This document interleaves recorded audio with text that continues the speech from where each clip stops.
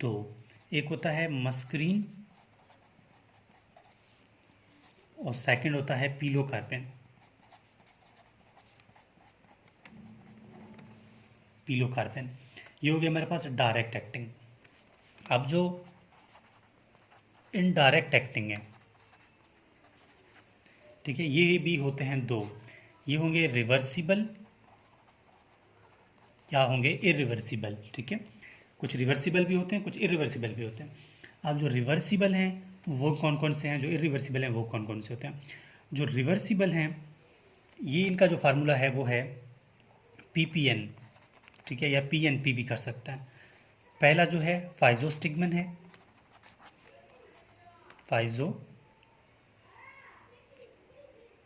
फाइजोस्टिग्मन, ठीक है, फाइजोस्टिग्मन। दूसरा है पैराडोस्टिग्मन,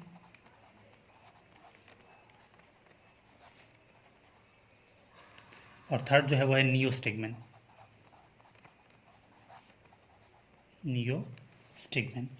ठीक हो गया। अब इरिवर्सिबल कौन कौन से होते हैं,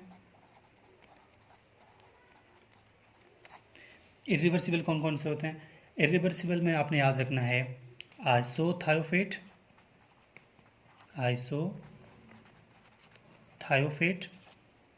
आइसोफ्लोरोफेट,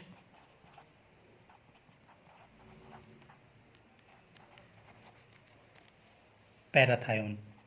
थर्ड क्या है, पैराथायोन। तो ये थे हमारे पास के एगोनिस्ट यानी कि कोलिनर्जिक एगोनिस्ट कौन कौन से होते हैं और उनकी क्लासिफिकेशन किस तरह होती है। दो होते हैं हमारे पास, ठीक है, डायरेक्ट और इनडायरेक्ट। डायरेक्ट इनडायरेक्ट में क्या फ़र्क है वो आपको बता दिया शुरू में ही, फिर वो इसी तरह आप कर लेंगे, हो जाएगा। तो ये है हमारे पास कि डायरेक्ट और इनडायरेक्ट में क्या फ़र्क है और किस तरह होता है। Thank you.